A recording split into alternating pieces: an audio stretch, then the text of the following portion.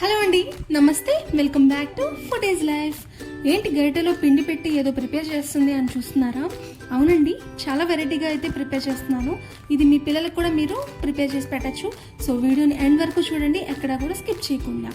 ముందుగా స్టఫింగ్ కోసం అయితే నేను ఇక్కడ ఒక గిన్నెలోకి 3 బంగాళదుంపలు, మీడియం సైజ్ బంగాళదుంపలు తీసుకుని ఇలా తొక్క తీసేసి చిన్న ముక్కలుగా కట్ చేసుకుని గిన్నెలోకి వేసుకోవాలి. ఆ తర్వాత పచ్చి బఠానీని కూడా ఒక ప్యాకెట్ తీసుకున్నాను. అది ఒకసారి వాష్ చేసుకుని ఆ తర్వాత ఇందులోకి వేసేసుకోవాలి.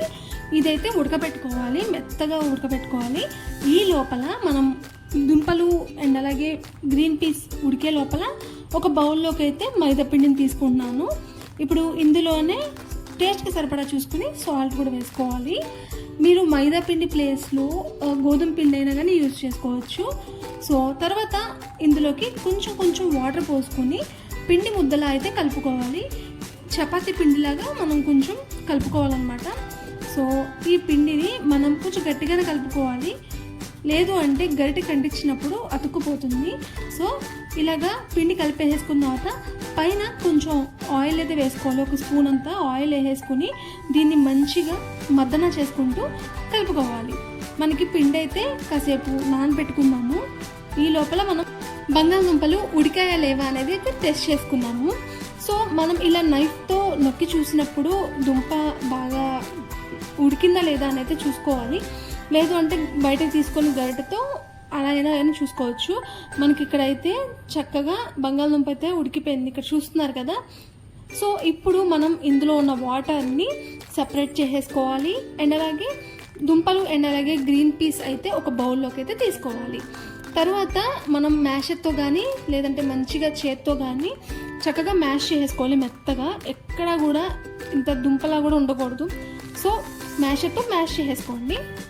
దుంప సరిగ్గా మ్యాష్ అవ్వకపోతే మనకైతే టేస్ట్ అయితే అంత బాగా రాదు. సో మంచిగా మ్యాష్ అయిన తర్వాతే అన్నీ వేసుకోండి.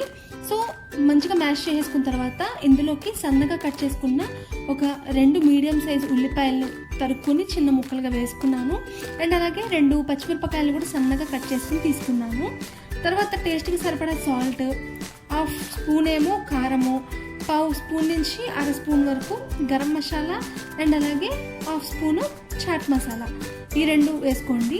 ఆ తర్వాత ఇందులోకి ధనియాల పౌడర్ కూడా వేసుకోండి. ఆ తర్వాత ఇందులోకి ఒక అరచెక్క వరకు నిమ్మరసాన్ని అయితే పిండుకుంటున్నాను. మీరు పులుపు ఎక్కువ తిన్నట్లయితే ఫుల్ 1/2 చెక్క పిండేసుకోండి, లేదు అంటే కొంచెం తగ్గించి పిండుకోండి. సో ఇవన్నీ కూడా కలిపేసుకోండి. దీంట్లోకి ఉంటే కొంచెం ఆమ్చూర్ పౌడర్ కూడా వేసుకోండి, పుల్లపుల్లగా చాలా బాగుంటుంది. తర్వాత ఇవన్నీ కూడా చేత్తో మంచిగా మ్యాష్ చేసుకుంటూ ఇలా మిక్స్ చేసుకుంటే చాలా టేస్టీగా ఉంటుంది.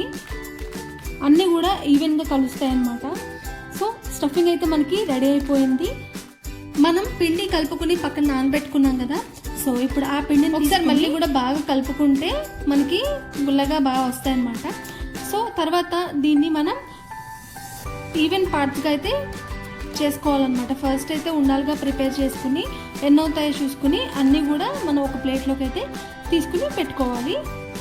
మీరు గోధుమ పిండితో చేసుకున్నా కానీ ఇదే ప్రాసెస్, కొంచెం గట్టిగా వస్తాయన్నమాట, కొంచెం కలర్ కూడా చేంజ్ అవుతుంది. ఇదైతే మైదా పిండితో చేసుకుంటే కొంచెం గుల్లగా వస్తాయి.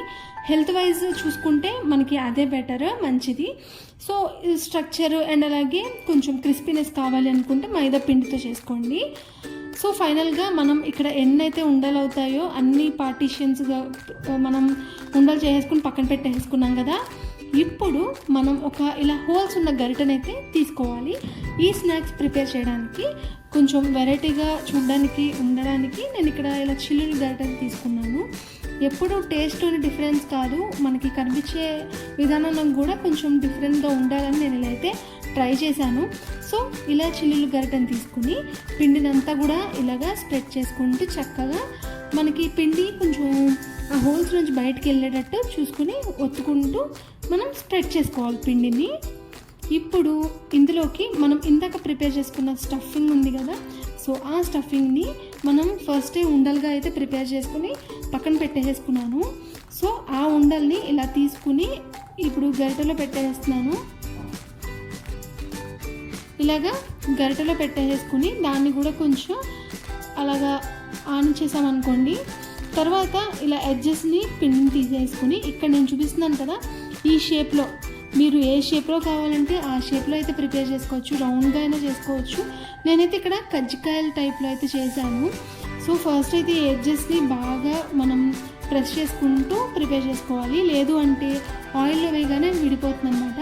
సో ఇక్కడ చూస్తున్నారు కదా వెనకాల చక్కగా బబుల్స్ లాగా వచ్చి మంచి వెరైటీగా అయితే ఉంది ఈ స్నాక్. సో అదేవిధంగా మిగిలిన వాటిని కూడా మనం ప్రిపేర్ చేసుకుని అయితే పక్కన పెట్టేసుకున్నాము. అన్నీ కూడా ఒకేసారి ప్రిపేర్ చేసుకుని ఆయిల్లోకి అయితే వేసుకుని వేయించేసుకున్నాం అనుకోండి, త్వరగా ఈజీగా అయిపోతుంది. ఇక్కడ నేను చూపిస్తున్నాను చూసారా, ఇలాగ ప్రెస్ చేస్తే మనకి వెనకాల నుంచి బబుల్స్ లాగా అయితే వస్తాయన్నమాట. సో ఆ తర్వాత మిడిల్లో స్టఫింగ్ పెట్టేసి ఇందాక చూపించినట్లే ఆ ఎడ్జ్ ఈ ఎడ్జ్ కలుపుకొని మనకి ఇలా కజ్జికాయల షేప్లో అయితే ప్రిపేర్ చేసేసుకుంటున్నాను. సో ఇలా అయితే ఉంది, చూస్తున్నారు కదా షేప్.